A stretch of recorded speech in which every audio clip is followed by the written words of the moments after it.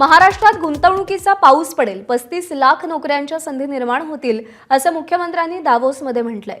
राज्यात सध्या तिसरी मुंबई उभी राहत असून या क्षेत्रासाठी मोठ्या प्रमाणावर गुंतवणूक मिळण्याचे संकेत मुख्यमंत्र्यांनी दिलेत। सुमारे 10 ते 12 वेगवेगळ्या क्षेत्रातल्या उद्योगांशी सध्या समन्वय साधला जातोय। नवी मुंबई विमानतळाजवळ edu city, innovation city, sports city आणि मेडिसिटी यांसारखे प्रकल्प उभारले जात आहेत।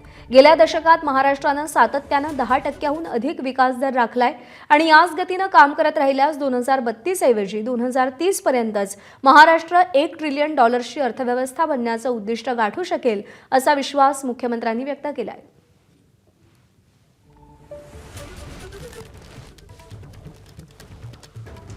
हम जो तीसरी मुंबई तैयार कर रहे हैं, उस तीसरी मुंबई के लिए बहुत बड़े पैमाने पर हम लोग निवेश देख रहे हैं। मतलब मैं अगर कहूँ तो करीब 675 स्क्वायर किलोमीटर का एक पूरा एरिया ये ओपन अप हुआ है, जहाँ पर हम लोग एक प्रकार से नई मुंबई बसाना चाहते हैं। वहाँ हम लोग एज्यू सिटी तैयार कर रहे हैं, वहाँ हम मेडिसिटी तैयार कर रहे हैं, हम स्पोर्ट्स सिटी तैयार कर रहे हैं, वहाँ हम इनोवेशन सिटी तैयार कर रहे हैं, वहाँ जीसीसी सिटी तैयार कर रहे हैं।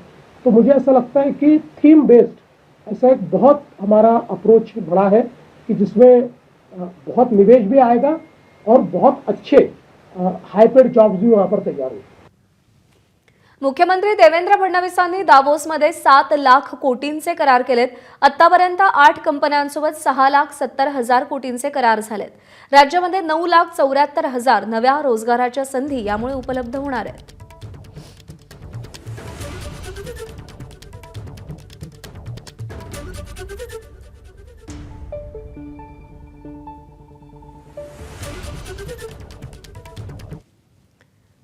दरम्यान दावोसमधून गुंतवणुकीचा ओघ कसा सुरू आहे, ग्राफिक्सच्या माध्यमातून पाहूया। गुंतवणूकदार आहे एसबीजी ग्रुप, गुंतवणूक आहे $20 बिलियन ची। रोजगार निर्माण होणार आहेत 4,50,000। लॉजिस्टिक्सचं क्षेत्र आहे। मुंबई आणि मुंबई महानगरामध्ये हे रोजगार निर्माण होतील। गुंतवणूकदार आहे सुरजागड इस्पात लिमिटेड, गुंतवणूक आहे 20,000 कोटींची। 8,000 रोजगार निर्माण होतील। स्टीलशी निगडीत क्षेत्र आहे आणि गडचिरोलीमध्ये हा प्लांट असेल।